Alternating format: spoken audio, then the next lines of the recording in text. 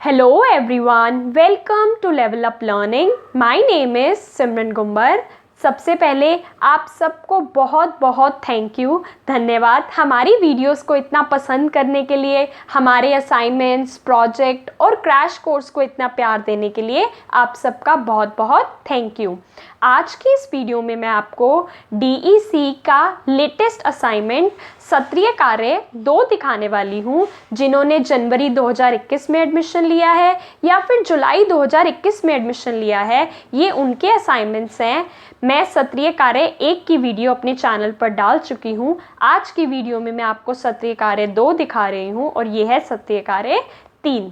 इसके साथ साथ अगर आपको DEC के किसी भी सेशन का कोई भी असाइनमेंट चाहिए हो, चाहे वो हिंदी मीडियम हो या इंग्लिश मीडियम हो, असाइनमेंट 1, 2, 3, प्रोजेक्ट, परियोजना कार्य या फिर क्रैश कोर्स अपने एग्ज़ाम के प्रिपरेशन के लिए चाहिए हो, तो स्क्रीन पर जो नंबर शो हो रहा है आप वहाँ से कांटेक्ट करके ले सकते हो।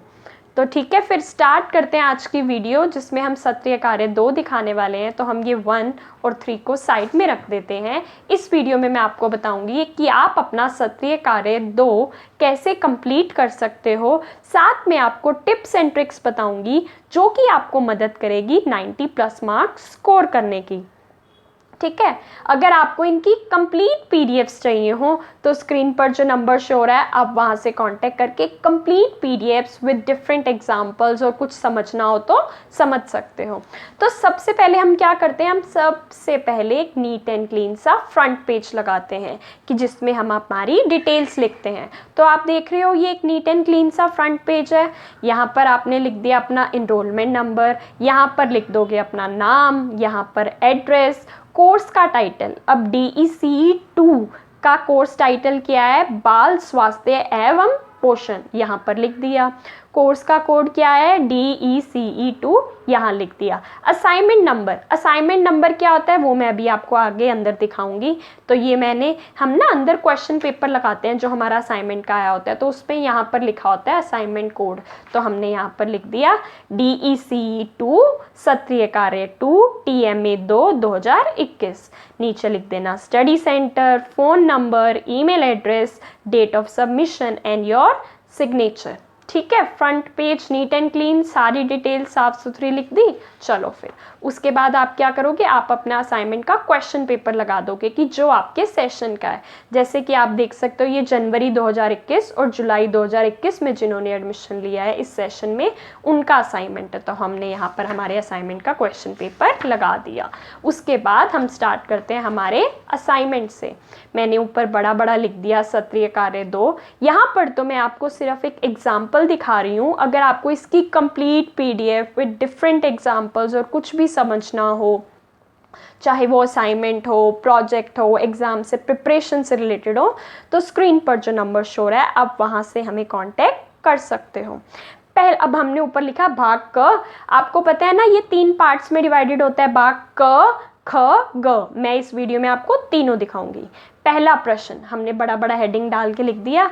प्रश्न 1, पोषण और स्वास्थ्य शब्दों के अर्थ बताइए और इन दोनों के बीच अंत संबंध स्पष्ट कीजिए कि पोषण क्या होता है, स्वास्थ्य क्या होता है और इन दोनों के बीच में क्या रिलेशन है।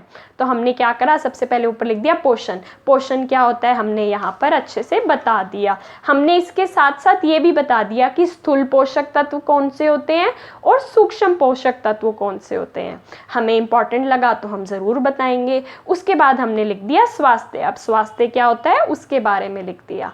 आपसे क्वेश्चन में जो पूछा गया है आपको वो सब का सब बताना है, कुछ भी नहीं छोड़ना। उसके बाद पोषण और स्वास्थ्य के बीच में अंत संबंध पूछा था, देख लो।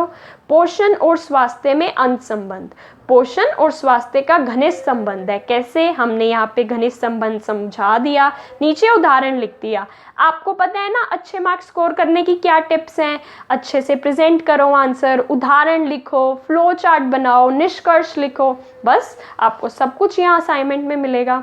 फिर हमने 2 का बारे में बता दिया कि क्या प्री रिक्विसाइड है, पूर्व पेशित ज़रूरत है, 3rd लिख दिया, 4th पॉइंट लिख दिया, 5th लिख दिया। फिर हमने बता दिया कि अच्छे स्वास्थ्य के लिए एक समराइज करके हमने फ्लो चार्ट दे दिया। कार्बोज प्रोटीन, वसा, विटामिन, खनिज, लवण, जल, इन सब की ज़रूरत होती है हमारे अच्छे स्वास्थ्य को बनाए रखने के लिए। उसके बाद आपको पता है जब आप एक इतना अच्छा आंसर लिखते हो, सारी इन्फॉर्मेशन लिखते हो, तो आप निष्कर्ष जरूर लिखते हो ताकि आपको अच्छे नंबर मिले। ठीक है, तो हमने यहाँ पर निष्कर्ष लिख दिया। उसके बाद क्वेश्चन नंबर 2 हम एक न्यू पेज से स्टार्ट करेंगे।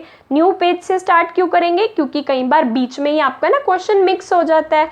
तो क्यों ऐसे मिक्स करना? हमें नीट एंड क्लीन जो भी हमारा असाइनमेंट चेक कर रहा है उसको कोई भी दिक्कत ना आए, इस हिसाब से असाइनमेंट बनाना है। साथ के साथ आप ऊपर देख लोगे मैंने पेज नंबर्स डाल दिए हैं। पेज नंबर से क्या होता है, कभी आपकी असाइनमेंट की कोई शीट ऊपर नीचे हो जाए तो कोई कंफ्यूजन नहीं रहती। आपको पता है ना, मेहनत कर रहे हो तो मेहनत के आपको नंबर मिलने चाहिए। सारी टिप्स एंड ट्रिक्स फॉलो करोगे, अच्छे से बनाओगे तो नंबर ज़रूर मिलेंगे। जैसे कि आपको पता है ना, जैसे मेरे डीसी क्रैश कोर्स वाले जो बच्चे थे, जब वो मैं उनको पढ़ाई करवा रही थी तो कह रहे मैम अच्छा ऐसे भी क्वेश्चन आते हैं, ऐसे लिखना होता है। मैंने उनको सारी टिप्स एंड ट्रिक्स बताई कि कैसे आंसर लिखना है, कैसे टाइम मैनेज करना है। और seriously I am feel blessed, overwhelmed कि जैसे ही उनका पहला पेपर हुआ ना, वीडियो के नीचे आते ही सब बच्चों मैम डिट्टो सेम क्वेश्चंस थे, मैम बिल्कुल अच्छे से हो गया, टाइम पर हो गया। तो वही बात होती है, जब तुम सब कुछ पढ़ कर जाओगे, पास्ट ईयर्स पेपर करके जाओगे, समझ के जाओगे सारी चीज़ें, तो तुम्हारा पेपर अच्छा ही जाएगा। इसलिए उसके लिए भी क्रैश कोर्स पर इतना ज़्यादा प्यार देने के लिए, उसको इतना सक्सेसफुल बनाने के लिए सच में सच्चे दिल से बहुत बहुत थैंक यू।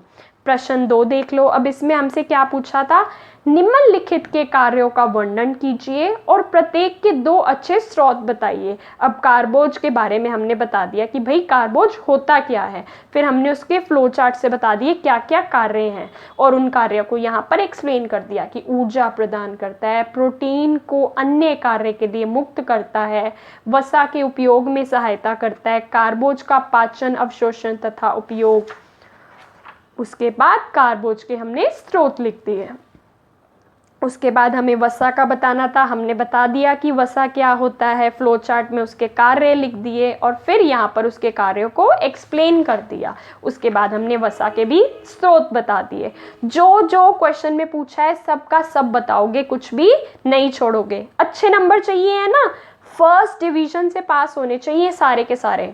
ठीक है, अब आ जाओ प्रश्न नंबर 3 पे। संतुलित आहार से क्या तात्पर्य है बताइए। हमने संतुलित आहार बता दिया, उसके अंदर किन किन चीज़ों पर बेस्ड होता है वो भी बता दिया और इन सारे के सारे पॉइंट्स को एक्सप्लेन कर दिया। एक्सप्लेन अच्छे से एक्सप्लेन कर दिया कि हमारी बात सामने वाला पर्सन समझ पाए। उसके बाद वो पूछ रहे थे संतुलित आहारों की योजना बनाने में सम्मिलित किन्हीं 2 कारकों का वर्णन कीजिए। मैंने फ्लो चार्ट बना के 4 कारक बता दिए और 2 को एक्सप्लेन कर दिया। पौष्टिकता की दृष्टि से पर्याप्त होना चाहिए, उसे लिख दिया, उसके 2 उदाहरण बता दिए, explanation they the.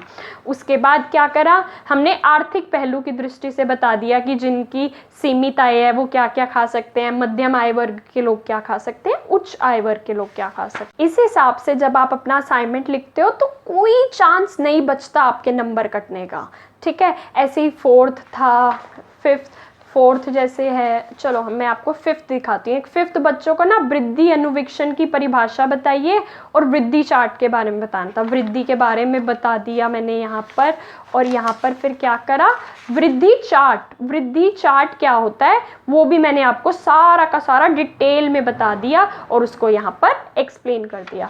In the same way सारे के सारे 6, 7 क्वेश्चन करके ये हमारा सारा हो गया यहाँ पर। ठीक है, अब हम आ गए हमारे भाग ख पर। इनकी अगर आपको कंप्लीट पीडीएफ चाहिए हो ना, प्रॉपर एग्जाम्पल्स के साथ, फ्लो चार्ट्स के साथ, तो स्क्रीन पर जो नंबर शो रहा है आपको वहाँ से मिल जाएगी। अब भाग ख में अभ्यास 3 करा जिसमें हमने चिवड़ा बनाया। चिवड़ा के बारे में सब चीज़ें हमने एक्सप्लेन कर दी। ये नहीं कि सेम टू सेम लिख दोगे, हर बार अलग लिखते हैं हम, अलग बताते हैं बच्चों को। तो ठीक है, यहाँ पर वो हो गया। भाग ख में क्या करा, भाग ग ख तो ये हो गया। अब ग में आ गए, हमने अभ्यास 7 करा, उसके बारे में हमने लिख दिया, उद्देश्य लिख दिया, परिवार 1 का जो बच्चा था रजत है उसकी इन्फॉर्मेशन, एक रजत यहाँ पर बना भी दिया। ऐसे ही सारी की सारी चीज़ें आप लिखोगे और यहाँ पर एंड में जैसे यहाँ पे विश्लेषण चल रहा था, यहाँ पर निष्कर्ष लिख दिया कि आपको क्या निष्कर्ष समझ आया सारी एक्सप्लेनेशन के बाद। ऐसे। इस साथ साथ मैंने आपको यहाँ पर सत्रीय कार्य 2 दिखा दिया। सत्रीय कार्य 1 की मैं वीडियो डाल चुकी हूँ और ये रहा सत्रीय कार्य 3। अगर आपको DC1, 2, 3 की लेटेस्ट असाइनमेंट्स चाहिए हो, चाहे हिंदी मीडियम हो या इंग्लिश मीडियम हो, या फिर आपको प्रोजेक्ट चाहिए हो, परियोजना कार्य, जैसी भी गाइडलाइंस हैं उनके बेसिस पर प्रोजेक्ट के साथ डिफरेंट एग्जाम्पल्स, डिफरेंट एक्टिविटीज़ और प्रॉपर गाइडेंस जो कि आपको मदद करेंगी अच्छे मार्क्स सिक्योर करने में, या फिर एग्ज़ाम से पहले हमारा क्रैश कोर्स लेने के लिए। क्रैश कोर्स तो मैं मतलब इतना सच में दिल से खुशी होती है ना जब इतने बच्चे अच्छे अच्छे रिव्यूज़ देते हैं, इतनी सेटिस्फेक्शन होती है उनको क्रैश कोर्स लेकर। तो मतलब उनको प्रॉपर सारी की सारी चीज़ें समझाई जाती हैं, नोट्स दिए जाते हैं ताकि उनका एग्ज़ाम में उनको कोई भी दिक्कत ना आए, वो फुल्ली प्रिपेयर्ड होकर जाएं। वो लेना हो तो स्क्रीन पर जो नंबर शो हो रहा है सिर्फ और सिर्फ आपको वहीं से कंप्लीट PDF मिल सकती है और किसी से नहीं मिल सकती। अब हो सकता है आप कह दो मेरे फ्रेंड ने मुझे दे दी। वो क्या करते हैं, बच्चों को खुद नहीं पता होता, वो बच्चों को एक दूसरे को गलत PDF दे देते हैं। उनको खुद ही नहीं पता होता कि उनका कौन सा सेशन है, उनके सेशन का क्या असाइनमेंट है। तो ये तो वही बता सकते हैं ना जिसने मेहनत करके एक एक आंसर ढूंढा है, समझी है सारी चीज़ें। तो स्क्रीन पर जो नंबर शो रहा है, जब आप वहाँ से कांटेक्ट करोगे तो आपको हम सब चीज़ें सही से अच्छे से बता देंगे और जितनी हो सकेगी हम आपकी मदद कर देंगे चीज़ें समझाने में। वीडियो को लाइक कर देना, नीचे कमेंट करके बताना क्या ये वीडियो हेल्पफुल रही और अपने फ्रेंड्स के साथ शेयर कर देना। पता है ना, DECE फर्स्ट डिवीज़न से क्लियर करना है। सिमरन मैम के स्टूडेंट्स सिर्फ और सिर्फ फर्स्ट डिवीज़न से ही पास करेंगे। उनको पता ही नहीं कि सेकंड डिवीज़न, थर्ड डिवीज़न क्या होती है।